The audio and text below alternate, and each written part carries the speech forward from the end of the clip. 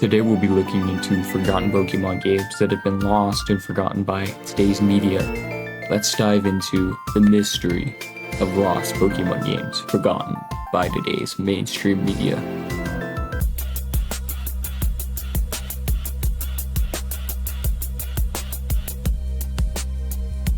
Hey You Pikachu for N64, rated E for everyone. Hey You Pikachu is a pocket pet video game developed by Umbrella, a Japanese company that worked with Nintendo under a publishing agreement. Hey You Pikachu was released in Japan on December 12th, 1998, pretty old, and in North America about 2 years later on November 6th, 2000.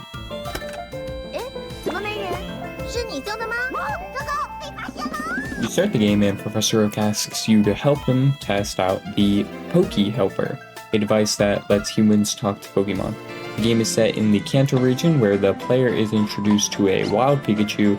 The player is able to communicate through the voice recognition unit, otherwise known as the VRU. The VRU is a Nintendo 64 accessory that, when paired with a microphone, can comprehend human speech. This allows you to speak to Pikachu and helps the player to move around and gather items. Hey You Pikachu is one of only 2 games to use the VRU accessory. Once the player earns Pikachu's trust, it will come live in the player's house. Each day has a different objective, and the player can also earn Pika points to be spent at the Apple Shop to unlock new items. This is a fun game playing side by side with your Pikachu, having more and more fun each day while talking and learning with your Pikachu.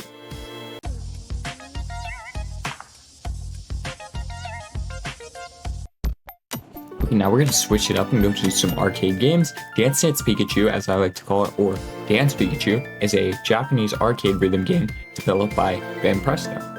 Banpresto was a Japanese video game developer and publisher headquartered in Shinagawa, Tokyo. The Dance Pikachu arcade game is a machine with a large Pikachu in a transparent dome that dances in time with music played during gameplay, and also does various actions when buttons on the machine are pressed. The machine features 5 main buttons that are used in the game and 2 smaller buttons below that are used to select the game mode. Dance Pikachu requires 100 yen to operate and features 2 game modes played, which is Game Course and Sound Play. Over the course of the machine's lifespan, postcards of varying designs were made. The first set of postcards consisted of 24 postcards, and the second set contained 18 featuring Generation 2. These postcards, if found, could be very rare if saved to this day.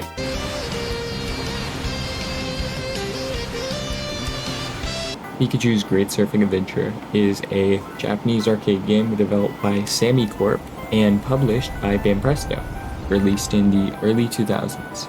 Now, I cannot find any record of video or gameplay of this game or of this arcade game anywhere. All I found were these pictures on a YouTube video of this dude from TikTok, but I can't find the TikTok itself, and I've spent hours looking. So I'm gonna post pictures and a little bit of videos of Pikachu in the Surfing Adventure game. Now, each game lasts approximately 90 seconds with the objective to pass over as many Pokeballs that line in the river, with each contact increasing the player's score by 1.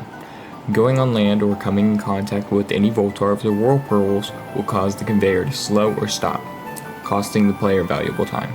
If the player manages to score at least 30 points after the timing has elapsed, a prize will be dispensed. The original prizes for Pikachu's Great Surfing Adventure is one of the 36 illustrated cards.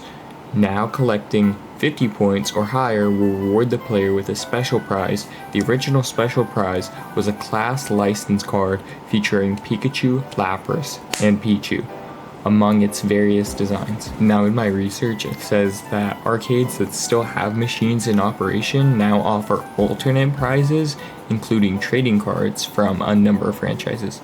But no matter what I do, I cannot find anything no videos or anything about these machines anywhere. It might just be lost forever.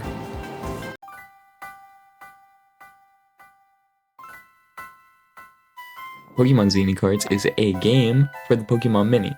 Now, the Pokemon Mini is a handheld game console designed by Nintendo specifically for Pokemon Mini games. The game includes several different Pokemon themed card games, such as Wild Match, Special 7, Card Duel, and 4 Kings. Wild Match is a 1 to 5 player game. The objective is to make matching sets of cards on the table, which will then reward the player with coins for winning. Now with Special 7, the aim of the game is to get rid of all your cards. Players can match cards by suit or by matching the Pokemon on the table.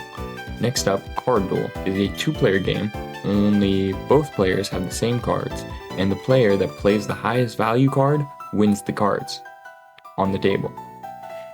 And the last game in our zany card game is 4 Kings, which is basically 4 King Solitaire. Now, if you can get your hands on a Pokemon Mini and a nice little copy cartridge of this fun little game, I recommend playing it. Fun little card game, fun nice little Pokemon mini games, plus it's got many characters from the anime like James, Jesse, Brock, Misty, and etc. On to our next game.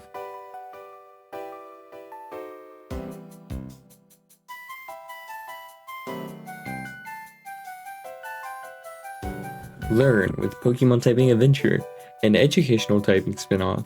The game comes with the Nintendo Wireless Keyboard, a Bluetooth-enabled keyboard that communicates with the game. A new rookie typist travels through various routes and areas discovering Pokemon who can be caught by correctly typing their names as they appear. The purpose is to teach children to type, but developers have said older people can enjoy the game also. Multipliers are available if Pokemon names are typed fast enough. At the end of several stages, a boss Pokemon may appear.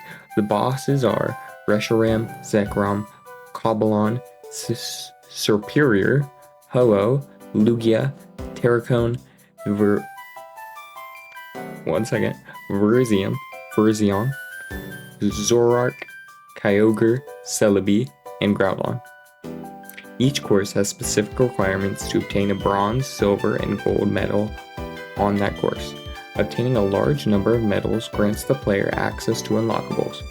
The game was released on the Nintendo DS in Japan on April 21st, 2011, and is a beloved typing game made by Pokemon. Honorable mention. Pokémon Race is our honorable mention. A Japanese exclusive game released for the Pokemon Mini. Again, a 1 to 2 player game. The game is a racing competition where the player races Pikachu against other Pokemon, almost like Pokemon Dash, probably where they got the inspiration from. It was released in 2002 on July 19th by Nintendo. It's part of the Pokemon Mini series.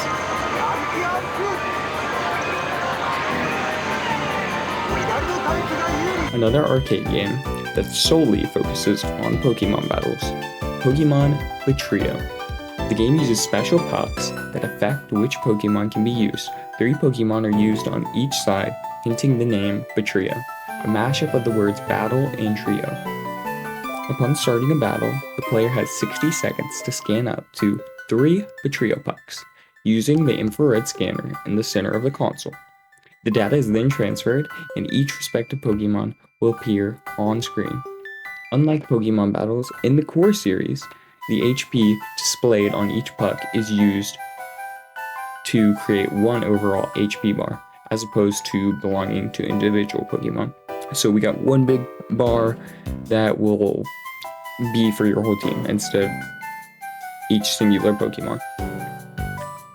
The way in which battles are conducted depends on what version of Pokemon Trio the console is running, but will end once either the HP of one player is depleted or the time runs up. There are multiple versions of Trio, such as Trio Plus, S, 0, or O, and V. On April 18, 2012, it was announced that Pokemon Trio would be discontinued and all units would be replaced by a similar arcade system called Pokémon Trader. Hence why we got them both on the same one. Pokémon Trader, developed by the same company, Akakara Tomy Arts, and Marvelous AQL. The arcade machines became fully operational on July 14th, 2012.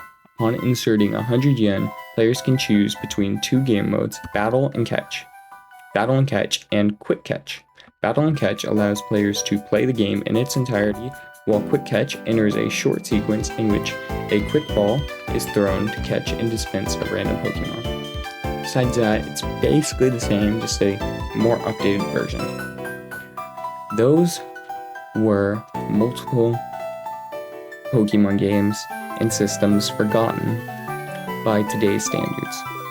Now these Pokemon games and older Pokemon games are being forgotten by more and more every day and being lost by today's media every day. So, I'll leave you with this. If you can go out and find one of these games and just go play them, just have some fun, make some memories, because at the end of the day, Pokemon holds a spot dearest to all of our hearts. And we don't want Pokemon to be forgotten. So, I'll leave you with that. But this is the end of the video. And bye bye, guys!